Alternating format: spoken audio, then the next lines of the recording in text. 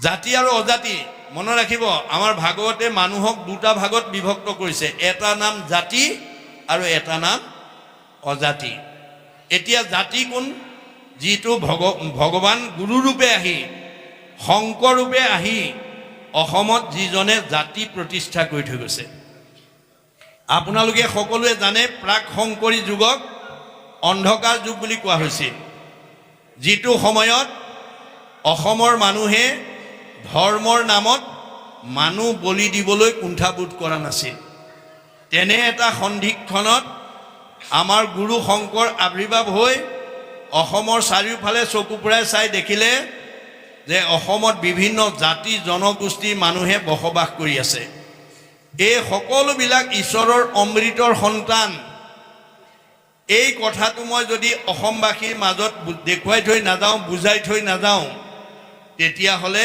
এওঁলোকে ভৱিষ্যতে অনাগত দিনত একতাৰ দোলেৰে বান্ধ খাই থাকিব নোৱাৰিব আৰু সমন্বয়ৰ সেতু বান্ধিব নোৱাৰিব সেইকাৰণে তেওঁ সকলোতকৈ প্ৰথমতে সমাজ সংস্কাৰৰ পথটোকে হাতত তুলি লৈছিলে সেইকাৰণে শংকৰদেৱে সকলো জাতি জনগোষ্ঠীৰ পৰা লোকক সংস্কাৰ কৰি আনি এটা জাতি প্ৰতিষ্ঠা কৰি চিনাকি কৰি দি থৈ গৈছিল আৰু কৈছিল হেৰা কেনেকৈ সংস্কাৰ কৰি আনিছিল ভগৱন্তৰ হাজাৰটা নামৰ পৰা এটা এটা নাম দি পেলাই সংস্কাৰ কৰি আনিছিল আৰু সমাজক চিনাকি কৰি দিছিল হে সমাজৰ লোকসকল এয়া মই গাৰুৰ ভকত আনিছোঁ দেই তোমালোকে এওঁক আজিৰ পৰা গাৰু বুলি নিন্দা নকৰিবা এওঁ ঈশ্বৰৰ অমৃতৰ সন্তান এওঁক আজিৰ পৰা তোমালোকে গোবিন্দ আতৈ বুলিবা এয়া মই নগাৰ ভকত আনিছোঁ এওঁক আজিৰ পৰা তোমালোকে নৰোত্তম আতৈ বুলিবা এয়া মই যৱনৰ ভকত আনিছোঁ এওঁক আজিৰ পৰা তোমালোকে জয় হৰি আতৈ বুলিবা এয়া মই কাৰ্বিৰ ভকত আনিছোঁ এওঁক আজিৰ পৰা তোমালোকে ভোলাই আতৈ বুলিবা এয়া মই জয়ন্তীয়াৰ ভকত আনিছোঁ এওঁক আজিৰ পৰা তোমালোকে মাধৱ আতৈ বুলিবা এয়া মই হীৰাৰ ভকত আনিছোঁ এওঁক আজিৰ পৰা তোমালোকে মথুৰা দাস আতৈ বুলিবা এয়া মই আহোমৰ ভকত আনিছোঁ এওঁক আজিৰ পৰা তোমালোকে নৰহৰি আতৈ বুলিবা এয়া মই কছাৰীৰ ভকত আনিছোঁ এওঁক আজিৰ পৰা তোমালোকে বলাই ৰমাই বুলিবা এয়া মই মিচিঙৰ ভকত আনিছোঁ এওঁক আজিৰ পৰা তোমালোকে পৰমানন্দ আতৈ বুলিবা এয়া মই দেউৰীৰ ভকত আনিছোঁ এওঁক আজিৰ পৰা তোমালোকে বৈকুণ্ঠ আতৈ বুলিবা এয়া মই কৈবৰ্তৰ ভকত আনিছোঁ এওঁক আজিৰ পৰা পূৰ্ণানন্দ আতৈ বুলিবা এয়া মই বনিয়াৰ ভকত আনিছোঁ এওঁক আজিৰ পৰা হৰিদাস আতৈ বুলিবা এয়া মই ভুটিয়াৰ কোচৰ ভকত আনিছোঁ এওঁক আজিৰ পৰা তোমালোকে মুৰাৰী আতৈ বুলিবা এয়া মই কলিতাৰ ভকত আনিছোঁ এওঁক আজিৰ পৰা তোমালোকে গোপাল আতৈ বুলিবা এয়া মই ভুটিয়াৰ ভকত আনিছোঁ এওঁক আজিৰ পৰা তোমালোকে দামোদৰ আতৈ বুলিবা এয়া মই নাপিতৰ ভকত আনিছোঁ এওঁক আজিৰ পৰা তোমালোকে নাৰায়ণ ঠাকুৰ আতা বুলিবা এয়া মই তিৱাৰ ভকত আনিছোঁ এওঁক আজিৰ পৰা তোমালোকে সুদাম আতৈ বুলিবা এয়া মই কায়স্থৰ ভকত আনিছোঁ এওঁক আজিৰ পৰা তোমালোকে হতাই আতৈ বুলিবা এয়া মই মুছলমানৰ ভকত আনিছোঁ এওঁক আজিৰ পৰা তোমালোকে শ্যাম কাই আতৈ বুলিবা তাৰ পৰা অপ্ৰভংশ হৈ চান্দ খাই হৈছে এয়া মই ব্ৰাহ্মণৰ ভকত আনিছোঁ এওঁক আজিৰ পৰা অনন্ত কণ্ডলী সাৰ্বভৌম ভট্টাচাৰ্য বুলিবা এই ধৰণে সকলো জাতিৰ পৰা লোকক সংস্কাৰ কৰি আনি বৰ্ণ বৈষম্য এটা জাতি সৃষ্টি কৰি ঘোষণা দিছিল কি বুলি অহৰিক ভজয় যিটো তাকে বোলে জাতি কৃষ্ণত বিমুখ যিটো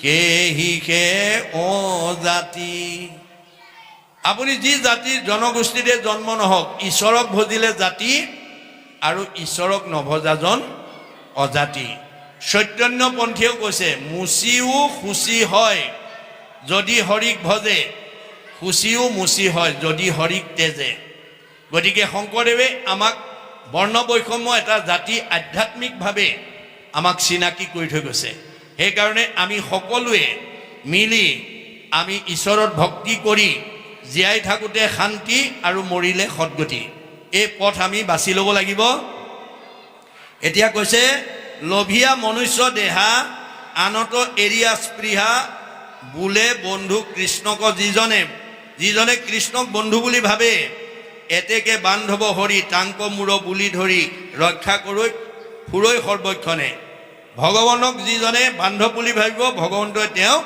ৰক্ষণাবেক্ষণ দি থাকিব সেইকাৰণে আমি সকলো সময়তে কৃষ্ণৰ গুণনাম লৈ আমি আপোন কৰিব লাগে যিটো নাম লয় হৰি তাৰ হয় ই কোনো ৰহস্য বৰে ভগৱানৰ নাম যি ল'ব ভগৱন্ত তেওঁৰ পক্ষত থাকিব আৰু ভগৱন্ত যাৰ লগত থাকিব কোননো দুৰ্লভ আছে হৰি সুপ্ৰসন্ন আমাৰ কোনো মানে দুৰ্লভ থাকিব নোৱাৰে এহি মতে যিটো নৰে নামক সদায় স্মৰে তাৰ আকি মিলে মহাভাগ নিজ প্ৰিয়তম ৰাম সুমৰন্তে আন নাম উপজে পৰম অনুৰাগ গতিকে আপোনাৰ এই মানুহৰ জন্ম পাই যি সদায় এনেকৈ ঈশ্বৰৰ নাম স্মৰণ কৰে তেওঁৰ জীৱনলৈ মহাভাগ্য নামি আহে মনত ৰাখিব নিজ প্ৰিয়তম ৰাম সুমৰন্তে আন নাম যি ভগৱন্তৰ নাম সুমৰণ কৰে উপজে পৰম অনুৰাগ আমাৰ ভগৱানৰ প্ৰতি আগ্ৰহটো বাঢ়ি গৈ থাকিব সৰ্ব অংগ পুলকিত হুৱে দ্ৰৱ আতিচিত ধাৰে নীৰ নেত্ৰৰ নিগৰে এই ধৰণে সদায় যদি আপোনালোকে কৃষ্ণৰ গুণনাম গাই থাকে কৈ থাকে এদিন কৃষ্ণ নামৰ প্ৰেমে আপোনাৰ শৰীৰ পুলকিত কৰি দিব শৰীৰ ৰোমাঞ্চ কৰি দিব মাত গদগদ কৰি দিব চকু পানী ওলাই আহিব ভগৱন্তৰ নাম ইমান পবিত্ৰ তাৰে যেতিয়া আপোনাৰ হৃদয়ংগমন হ'ব তেতিয়া আপোনাৰ চকু পানী ওলাই আহিব যিদিনাখন আপোনাৰ প্ৰাৰ্থনাটো কৰোঁতে চকু পানী ওলাব যিদিনাখন ঈশ্বৰৰ কথা গাওঁতে শুনোতে চকু পানী ওলাব সেইদিনা আমি জীৱন্ত মুক্ত হলো বুলি ভাবিব লাগিব হৰি হৰি উচ্চাৰণতে যাৰ নয়নৰ হন্তে ঝৰৈ নীৰ শৰীৰ পুলক অভৈলা সংসাৰৰ পাৰ মৰিবে নালাগে তাৰ জীৱন্ততে পাইলে কৃষ্ণ জীৱন্ত মুক্ত হৈ যাব মনত ৰাখিব কথাটো গুৰুজনৰ দিনত ৰাধিকা সতীয়ে দেখুৱাই থৈ গৈছে যে তেওঁ সমস্ত প্ৰাণীতে কৃষ্ণক দেখা পাইছিলে আৰু সমস্ত প্ৰাণীকে তেওঁ ঈশ্বৰময় দেখি প্ৰতিপালন কৰিছিলে আৰু সেইটোকে পৰম সতীত্ব গুণৰ প্ৰথম প্ৰতিভা হিচাপে গুৰুজনৰ ওচৰত দাঙি ধৰি কৈছিল গুৰুদেৱ মোৰ সতীত্ব গুণৰ প্ৰথম বৈশিষ্ট্য হৈছে সকলো পঞ্চভৌতিক প্ৰাণীতে ঈশ্বৰ আছে বুলি জানি মই সকলোকে দয়া মৰম স্নেহ কৰোঁ জয়ন্তী বদতি প্ৰভু শুনিও গোসাই সমভাৱে ভূত দয়া কৰোঁ সদায় মই সকলো প্ৰাণীতে ঈশ্বৰ আছে বুলি ভাবি সকলোকে দয়া মৰম কৰোঁ বৰ সুন্দৰ হৈছে যোৱা পানী আনা তিনিটা গাঁঠি এপল পানী আৰু এপল মাটি ব্ৰহ্মপুত্ৰৰ পানী টেম্বনি জানত পেলাই দিয়াৰ লগে লগে বুৱতী নদী বন্ধ হৈ গ'ল আৰু সেই অঞ্চলৰ বানপানীত কবলত পৰা ৰাইজ উদ্ধাৰ হৈ গ'ল এজনী সতী নাৰী সতীত্ব গুণৰ প্ৰভাৱে যদি বুৱতী নদী বন্ধ কৰিব পাৰে আমাৰ গাঁওখন আমাৰ সমাজখন আমাৰ পৰিয়ালটো ভাল কৰিব নোৱাৰিব কিয় আমি মাত্ৰ এই আধ্যাত্মিক দিশেৰে আমি চলিবলৈ যত্ন কৰিব লাগিব ভগৱন্তই কাক ভাল পায় যি তেওঁৰ সৃষ্টিৰ প্ৰাণীবিলাকক ভাল পায় সকলো প্ৰাণীকে যি ভাল পায় কুকুৰ চিগাৰল গদৰ ভৰু আত্মাৰাম জানিয়া সবাকো পৰি কৰিবাক প্ৰণাম কুকুৰ মানে শৰীৰটোহে কুকুৰ মেকুৰী গাহৰি আত্মাৰ কুকুৰ মেকুৰী গাহৰি নাই আত্মা সৰ্বত্ৰতে সমান সেইকাৰণে আমাৰ বাইবেলত কৈছে গড লাভছ হিম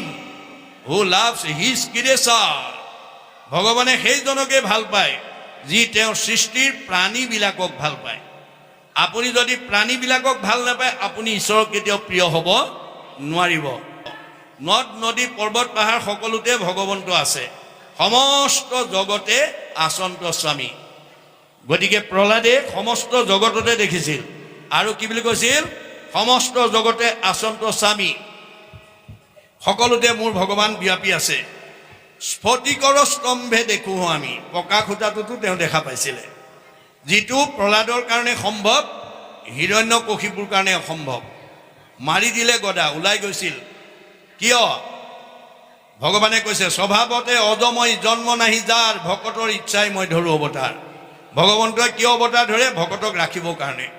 আপুনি ভকত হওক, আপোনাক সকলো বিপদৰ পৰা ভগৱানে উদ্ধাৰ কৰিব। আৰু ভকত হ'বলৈ হ'লে কাণত গামোচা চেলেং ল'লেই নহ'ব। চেলেং গামোচা ভকত নহয়। চেলেং গামোচা হৈছে আমাৰ জাতীয় পোছাক। ভকত হ'বলৈ হ'লে 3টা আখৰৰ গুণ থাকিব লাগিব। ভ শব্দে ভগৱন্ত ভৱ বিমোচন, ভজন ভক্তিত তুষ্ট হোৱন্ত সিজন। ভগৱন্তই কাক ভাল পায়? যি মানুহৰ জন্ম পাই পুৱা গধূলি ধূপ ধূনা জ্বলাই ঈশ্বৰ উপাসনা কৰে। মাক বাপেকে কোন ল'ৰা ছোৱালীক ভাল পায়? যি ল'ৰা ছোৱালীয়ে মাক বাপেকক শ্ৰদ্ধা কৰে, ভক্তি কৰে, মৰম কৰে, আদৰ কৰে, কথা শুনে, শাক বচন মানে, দিহা পৰামৰ্শমতে চলে, সেইটো সন্তান সকলো পিতৃ মাতৃৰ মৰমৰ। কোনোবা ল'ৰা ছোৱালী যদি পুত্ৰক হৈ যদি পিতৃ মাতৃ কথা নুশুনে, শাক বচন নুশুনে, দিহা পৰামৰ্শমতে নচলে, মাক বাপেকক শ্ৰদ্ধা ভক্তি নকৰে, সেইজন সন্তান কেতিয়াও মাক বাপেকৰ প্ৰিয় হ'ব নোৱাৰে। গতিকে আমি কাৰ সন্তান? যিজনৰ অতিপিতিত তুষ্ট হ'ব দেও, জানিবা সিজন পিতৃ একক কৃষ্ণ দেও। আমাৰ সকলোৰে পিতৃ কৃষ্ণ, আমি তেওঁৰে সন্তান। গতিকে তেওঁৰ সন্তান হৈ আমি তেওঁক কেনেকৈ পূজা কৰিব লাগিব? সেই কৃষ্ণ পুজিবে দ্ৰব্য লাগে মাত্ৰ নাম, তেবে নৰে লভে ধৰ্ম মুখ্য অৰ্থ কাম। আমি পুৱা গধূলি তেওঁক নাম গাই তেওঁৰ নামেৰে আমি পূজা কৰিব লাগিব। গতিকে আৰু সেই নাম আমি কাৰোৰ পৰা ধাৰ কৰিব নালাগে। হিয়াৰ মাজে নামৰ ভাণ্ডাৰ, মুখে বাজ হয়। আমাৰ সকলোৰে হৃদয়তে নাম পুঞ্জীভূত কৰি ৰাখিছে, মাত্ৰ তাৰ পৰা 2-এটা নাম গাব লাগে।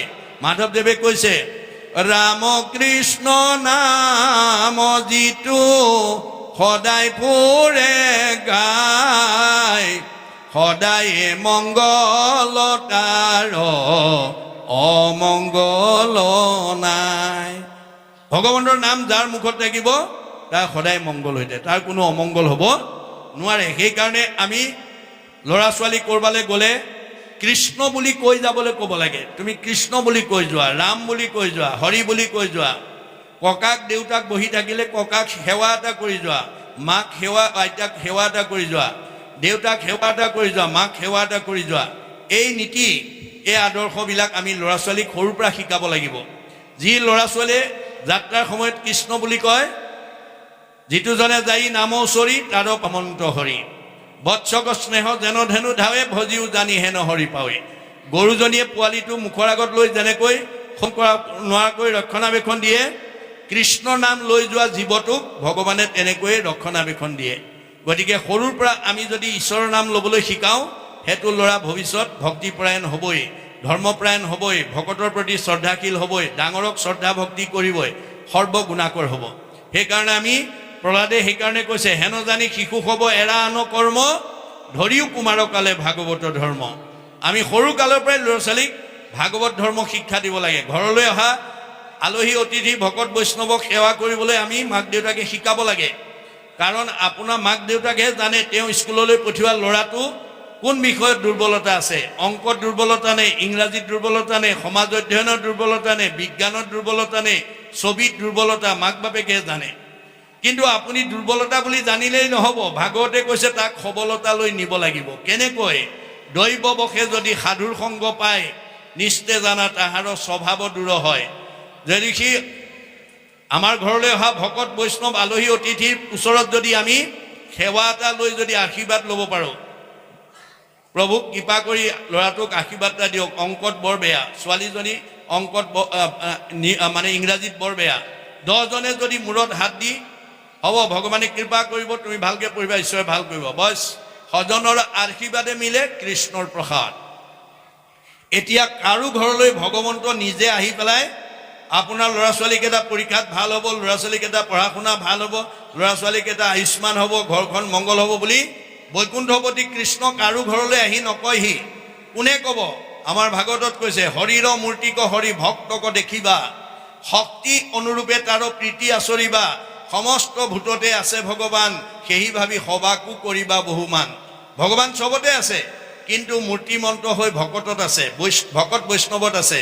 গতিকে ভকত বৈষ্ণৱে যদি আশীৰ্বাদ দিয়ে, সজনৰ আশীৰ্বাদে মিলে কৃষ্ণৰ প্ৰসাদ। গতিকে আমি বৰ্তমান কৃষ্ণক পাবলৈ হ'লে কলিযুগৰ মানুহে কি পদ্ধতিত যাব লাগিব? গীতা ভাগৱতত কৈছে, কৃষ্ণক পাইবাৰ জানা ভকতিহে পন্থ, ইহাক কহে গীতা ভাগৱত গ্ৰন্থ। ভক্তিৰ মাধ্যমেদিহে আমি ঈশ্বৰক পাব পাৰিম, ভকতিৰ মাধ্যমেদি। আৰু সেই ভকতি ক'ত কৰিব লাগিব? ভকতত ভকতি দানে কৰু গুৰু দায়া তনয় অধিক। আমাৰ জন্ম দিয়া ল'ৰা ছোৱালীকেইটাতকৈও ভকতৰ প্ৰতি আমাৰ শ্ৰদ্ধা ভক্তি বেছি হ'ব লাগিব। আৰু সেই ভকতে যদি আশীৰ্বাদ দিয়ে আপোনাৰ ল'ৰা ছোৱালী ঘৰখনৰ মংগল হ'ব। গতিকে আমাৰ ভকতৰ পদধূলি সেইকাৰণে ঘৰত পৰিব লাগে বুলি পৃথু প্ৰভুৱে কৈছে, যাহাৰ গৃহত নহি উপগত একান্ত হৰি ভকত, তাৰ গৃহ ছয় সৰ্পৰ আলয় মহন্তৰ ইটো মত। যিখন ঘৰত বছৰত এবাৰো পদধূলি নপৰে ভকতৰ, সেইখন খাপৰ গাত। গতিকে আমি পাৰিলেতো সদায় পেলাব লাগে, নোৱাৰিলে সপ্তাহত, নোৱাৰিলে পষেকত, নোৱাৰিলে মাহেকত, নোৱাৰিলে ছমাহত, নোৱাৰিলে বছৰেকত এবাৰ হতো আমাৰ ঘৰখনত যাতে ভকতৰ পদধূলি পৰি ঘৰখন যাতে আমাৰ পবিত্ৰ হয়, তাৰ কাৰণে আমি কৰ্ম আঁচনি ল'ব লাগিব। এইটো আমাক কৈছে। আমাৰ যেতিয়া কৃষ্ণ গ্ৰাহে ধৰিব সমস্তকে আমি ঈশ্বৰময় দেখিম, বেলেগ আৰু দেখা নাপায়। এই স্তৰলৈ আমি নিজৰ লগতে ঘৰখনৰ পৰিয়াল সমাজখনৰ লোকক যাতে আমি ভাগৱত ধৰ্মমুখী কৰিব পাৰোঁ, অৰ্থাৎ ভক্তি ধৰ্মমুখী কৰিব পাৰোঁ। আমাৰ ভক্তিয়েহে জীৱনত শান্তি আৰু মুক্তি দিব, আনে দিব নোৱাৰে। আৰু এই ভকতত কৰিব লাগিব। আৰু এই ভকতিৰ 9টা পথ আমি অৱলম্বন কৰিব লাগিব। এতিয়া আমি সামূহিকভাৱে মহাপুৰুষ শংকৰদেৱে নামঘৰটো দিছে, সকলো মিলি আমি তিথি প্ৰৱণ উৎসৱ বাৰ্ষিক সেৱা আদি আমি এই নামঘৰত সমূহীয়াভাৱে অনুষ্ঠিত কৰিব লাগে। এনেকুৱা সমূহীয়াভাৱে অনুষ্ঠিত কৰি থাকিলে আমি একতাৰ দোলেৰে বান্ধ খাব পাৰিম। সেইকাৰণে সৰ্বপল্লী ৰাধাকৃষ্ণনে কৈছে, religion is that which bind society together, which divide society, breaks it up into parts and makes people fight one another is অধৰ্ম। আমাৰ ধৰ্মই কি কৰে? সকলো সমাজখনক একতাৰ দোলেৰে বান্ধি ৰাখে। যদি আমাৰ সমাজখন যদি একতাৰ পৰিৱৰ্তে যদি আমাৰ কাজিয়া পেচাল কৰি থাকোঁ, মনোমালিন্য ঘটি থাকোঁ, সেইখন অধৰ্মী সমাজ, সেইখন অধৰ্মী পৰিয়াল, যি পৰিয়ালত মিলা প্ৰীতি নাই, যিখন সমাজত মিলা প্ৰীতি নাই। গতিকে এইটো আমাক কিহে আনিব? ভক্তিয়ে আনিব। ভক্তিয়ে আমাক কি কৰিব? আত্মবোধটো জগাই তুলিব, ইজনৰ প্ৰতি সিজনৰ প্ৰেম ভাৱ জগাই তুলিব। এই কথা আমাক এতিয়া ভাগৱতে কৈ আছে। আজি আপোনালোকে যিসকলে ঘৰৰ পৰা অহাৰ পৰা ঘূৰি যোৱা সময়লৈকে এই ভাগৱত শ্ৰৱণ কৰিব, এই ধনটো আমাৰ লগত যাব। আন ধনবিলাক আমি ইয়াত এৰি থৈ যাম, আনবিলাক লৈ যাব নোৱাৰোঁ। আন ধৰ্মবিলাক দি থাকিলে খাই থাকিলে ঢুকাই যাব। আন যত ধন দেখা খৰচিলে যাই বিঠা, খাইলে দিলে সবে টুটি যায়। নামৰ নাহিকে ক্ষয় লাগে মানে বৃদ্ধি হয়, ভাগ বাতিলেও বাঢ়ি যায়। আন ধনবিলাক দি থাকিলে খাই থাকিলে ঢুকাই যাব, কিন্তু নাম ধন যিমানে দি থাকিব সিমানে সি বাঢ়ি বাঢ়ি গৈ থাকিব। আৰু এইটো ধন আমাৰ লগত যাব, বাকী ধনবিলাক আমি ইয়াত এৰি থৈ যাব লাগিব। সপোনত বহুত ধন টকা পায়, চকু মেলিলেই নাই। ঠিক তেনেকৈ আমাৰ এইবিলাক আজি আছে কালিলৈ নাই। গতিকে যিবোৰ আমি ঘটিছোঁ, আমাৰ যিদিনাখন এই দেহৰ পৰা প্ৰাণ ওলাই যাব, আমি ঘটি থৈ যোৱা সম্পত্তিৰ পৰা এৰতিও নিব নোৱাৰোঁ বুলি কৈছে। আমাৰ আইসকলে বেছি বুজি পাব এইটো ৰতি হিচাপটো। এইটো সোণৰ হিচাপ দিছে। চৰতিয়ে 1 অনা হয়, 16 অনা এভৰি বা এতোলা। আমাৰ আইসকলৰ কাণে নাকে হাতে ডিঙিয়ত কেইবা তোলাও সোণৰ বস্তু পিন্ধি থাকে, কিন্তু যেতিয়া যাবৰ সময় হ'ব, ইমান দিন পিন্ধি আছিলে দুৰতিমান দি পঠিওৱা বুলি নিদিয়ে, চব খুলি ৰাখিব দেই। গতিকে যিটো বস্তু আমি এৰতিও নিব নোৱাৰোঁ, সেইটো বস্তুৰ মোহতে আমি যাতে থাকিব লগা নহয়, এইটো মহাপুৰুষে আহ্বান কৰিছে। আৰু কৈছে, শৰীৰো থাকিবে পৰি একলেখে যাইবা লৰি, বিষম যাতনা জম ঘৰে। অকলশৰে আহিছোঁ, অকলশৰে যাব লাগিব। একেশ্বৰে আশিলা যাই বাহা একেশ্বৰ, লগত সহায়ক কোনো নহৈব অপৰ। বহুত বংশ পৰিয়াল আছিল, কোনো লগত নাযায়। গতিকে গুণী চোৱা স্থিৰমতি, কৃষ্ণ বিনে নাই গতি, লয়ো টানতে শৰণ সত্ৰৰে। গতিকে কৃষ্ণৰ চৰণত যাতে আমি সময় থাকোঁতে, দৃষ্টি শক্তি থাকোঁতে, শ্ৰৱণ শক্তি থাকোঁতে, কাণ মানে বাক শক্তি থাকোঁতে আৰু ভৰিকেইটা আহিব পৰা শক্তি থাকোঁতেই এই পৰকালৰ ধন যাতে আমি সংগ্ৰহ কৰিবৰ কাৰণে যত্নপৰ হ'বৰ কাৰণে মহাপুৰুষে আহ্বান জনাইছে। যাৰ নাম শুনি দৰি কাম্পে মৃত্যু তৰতৰি সুখে মুখে ধৰা টানো নাম অদ্যাপি নুগুণা মনে কৃষ্ণৰ কিংকৰে ভনে নিৰন্তৰে বোলা ৰাম ৰাম। যে যাৰ নাম শুনিলে মৃত্যু কম্পমান হয়, অৰ্থাৎ সিংহৰ নাট শুনিলে বনৰ জন্তুবিলাক যেনেকৈ ভয়ত ত্ৰস্তমান হয়, ঠিক তেনেকৈ নাম সিংহ শুনাৰ নামৰ নাট শুনাৰ লগে লগে মৃত্যু তাৰ পৰা কম্পমান হৈ পলাই বুলি কৈছে। অদ্যপি নুগুণা মনে কৃষ্ণৰ কিংকৰে ভনে নিৰন্তৰে বোলা ৰাম ৰাম। এই কথা জানি আমি সদায় ৰাম ৰাম বুলিবলৈ আমি অভ্যাস কৰিবৰ কাৰণে আহ্বান জনাইছে।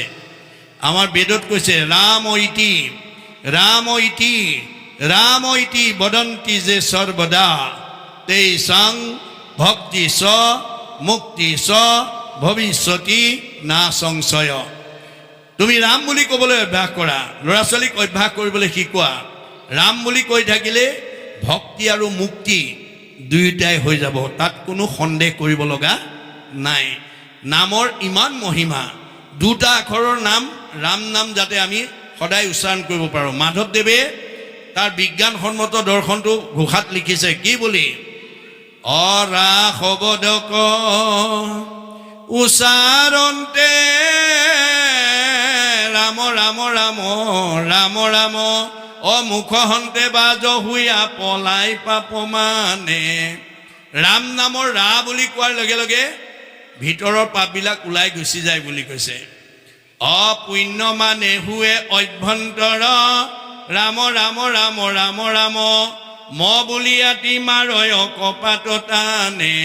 আৰু ম বুলি জপাই দিয়াৰ লগে লগে পুণ্যবিলাক সোমাই যায়। বিজ্ঞানে কৈছে ৰা বুলি কোৱাৰ লগে লগে ভিতৰৰ এঙাৰ গেছবোৰ ওলাই যায়, আৰু ম বুলি জপাই দিয়াৰ লগে লগে অক্সিজেন গেছ সোমাই যায়।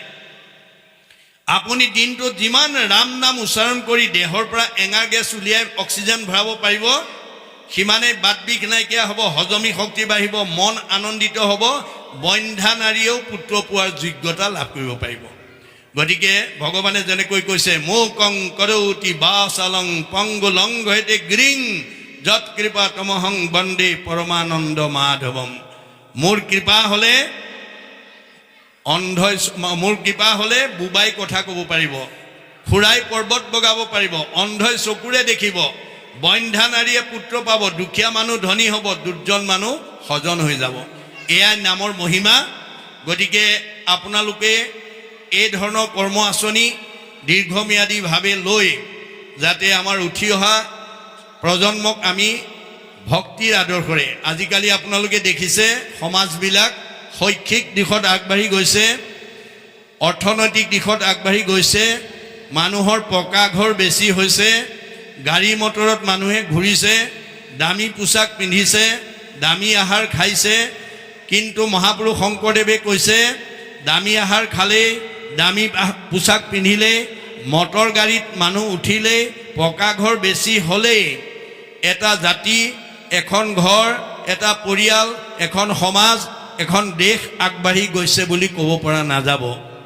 যেতিয়ালৈকে এই পাৰ্থিৱ সম্পদৰ লগত আমি আধ্যাত্মিক জ্ঞান আৰু নৈতিক জ্ঞান দি আমি উঠি অহা প্ৰজন্মক যেতিয়ালৈকে আগুৱাই নিব নোৱাৰিম, তেতিয়ালৈকে আমি বিচৰা শান্তি, আমি বিচৰা সুখ আমি লাভ কৰিব নোৱাৰিম।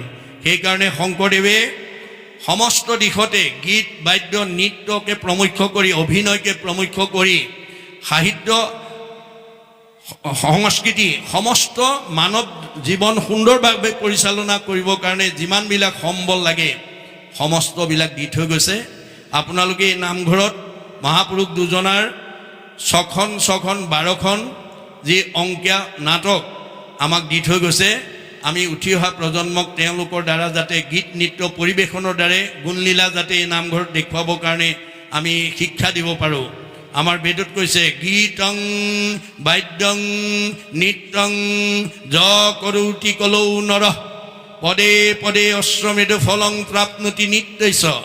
নিৰ্গুণ কৃষ্ণৰ গুণলীলা আমি যদি এই কেশৱৰ অগ্ৰে আসনৰ আগত নামঘৰত উঠি অহা প্ৰজন্মৰ দ্বাৰা শিল্পীসকলৰ দ্বাৰা যদি নিৰ্গুণ কৃষ্ণৰ গুণলীলা গীত বাদ্য নৃত্য পৰিৱেশনৰ দ্বাৰা পৰিৱেশন কৰিব পাৰে তেতিয়াহ'লে তেওঁলোকৰ প্ৰতিটো খোজৰ মূল্য হ'ব এটা এটা অশ্বমেধ যজ্ঞৰ সমান পুণ্য আৰু যিসকল দৰ্শকে শ্ৰোতাই আহি সেই গুণলীলা শ্ৰৱণ কীৰ্তন কৰিব গীতং বাদ্যং নৃত্যং হৰি কথা শুনে স্বপুণ্যাত্মা তলৈকৰ পৰে সংস্থিতা আজি যে আপোনালোকে ভগৱানৰ গুণলীলা শুনি আছে আপোনালোকৰ স্থান বৈকুণ্ঠৰ ওপৰত থাকিব বৈকুণ্ঠত থাকিব গতিকে সেইকাৰণে আমি মহাপুৰুষৰ এই আদৰ্শৰে আমি যাতে সমাজখন পৰিয়ালটো আমাৰ পৰিৱেশটো যাতে আমি আগুৱাই নিব পাৰোঁ তাৰ কাৰণে সকলোৰে প্ৰতি আহ্বান জনালোঁ